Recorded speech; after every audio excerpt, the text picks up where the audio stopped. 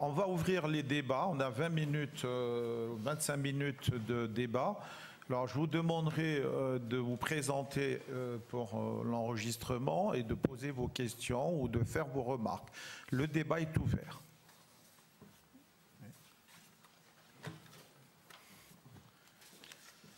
Est-ce qu'on pourra poser des questions, nous aussi?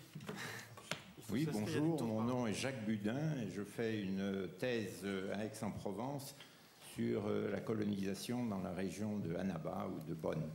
Et ma question s'adresse au professeur André Nouchi. Oui. Je voudrais lui demander si toute la description qu'il nous a faite de la crise de 1865-1870, est-ce qu'il ne faut pas la nuancer un peu selon les conditions locales? Et est-ce que tout ce qu'il nous a dit n'est pas vrai un peu plus tard qu'en 1870?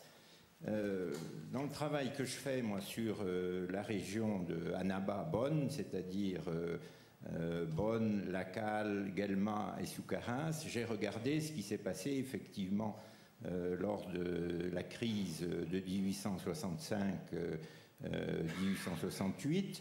Elle a effectivement touché la région. Il y a eu un peu moins de 10%, d'après les statistiques qu'on nous donne, de morts des calamités.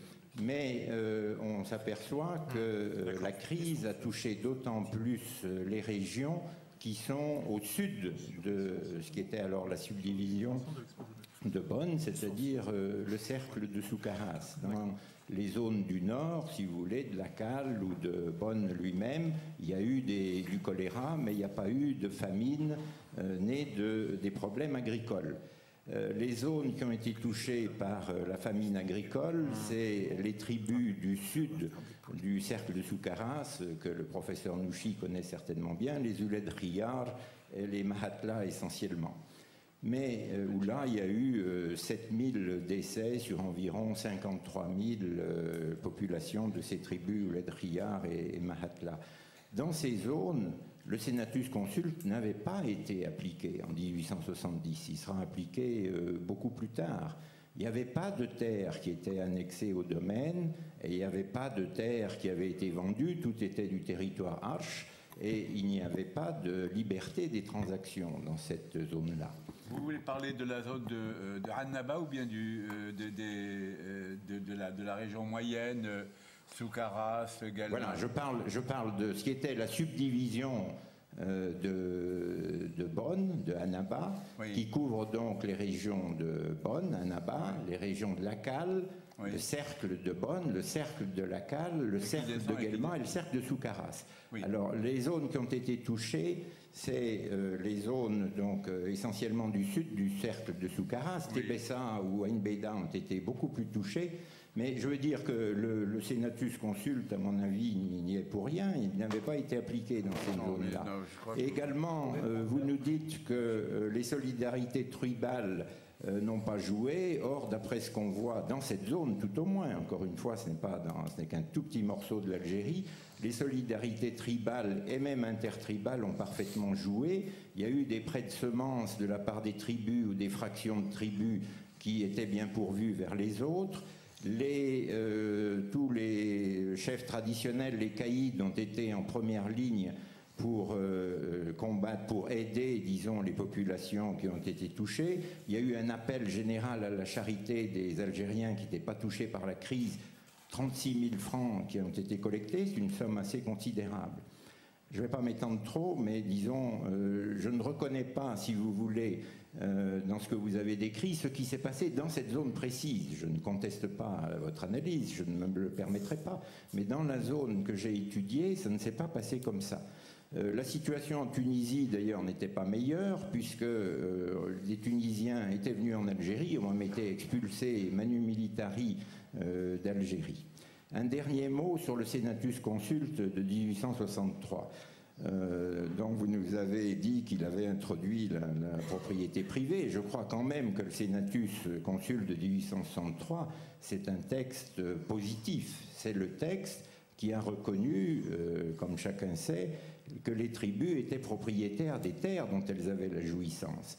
La possibilité de constituer la propriété privée lorsque cela sera possible et opportun, figure dans le Senatus Consul de 1863, mais n'a pas du tout été appliqué encore, à ma connaissance, à aucun endroit de l'Algérie en 1870. C'est bien plus tard, et notamment à la suite de la loi Varnier de 1873, qu'on va constituer dans certains endroits la propriété privée. Mais en tout cas, dans la zone que j'ai étudiée, moi, soit le Senatus Consulte n'était pas encore appliqué, soit on n'avait pas constitué nulle part dans la subdivision de Annaba la propriété privée. Et les transactions foncières en territoire arche, en territoire de tribu, étaient toujours interdites. Tout ce que je viens de dire ne justifie pas la position de l'administration. L'administration était au courant de ce qui allait se passer, avait bien identifié ce qui allait se passer dans la crise, et dès le début de la crise, elle n'a certainement pas pris les mesures qui étaient nécessaires pour résoudre cette crise. Merci.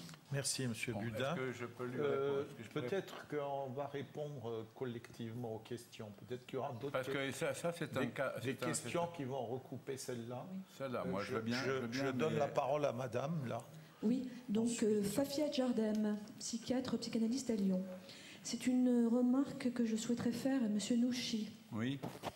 Alors, vous nous avez dit la colonisation contenait, a produit la dissolution, la déségrégation, la révolution dans ses effets négatifs. Attendez, je comprends très mal ce que vous me dites. Dites-moi. Je vais répéter. Oui. Je vais peut-être parler plus fort.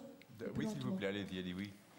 Alors, Monsieur Nouchi, vous nous avez dit la colonisation, on pourrait dire toute colonisation, contenait, a produit la dissolution, la déségrégation, la révolution dans ses effets négatifs. Enfin, vous nous avez dit que tout était inscrit dès le début de l'histoire de l'Algérie et donc l'histoire actuelle de l'Algérie, l'état actuel des rapports France-Algérie ne sont donc pas des effets après coup de 100 ans de colonisation. C'est ce que vous nous avez dit. Ah non, moi je n'ai pas parlé des effets actuels. C'est ce que j'ai compris. Vous ne répondez pas, monsieur. Non, je n'ai pas parlé des effets actuels. Notez la question, vous pouvez répondre. Non, pas du tout. En tout cas, notez la question. Oui, c'est ce que j'ai compris et c'est peut-être aussi c'est comment j'ai associé à partir de ce que vous avez dit.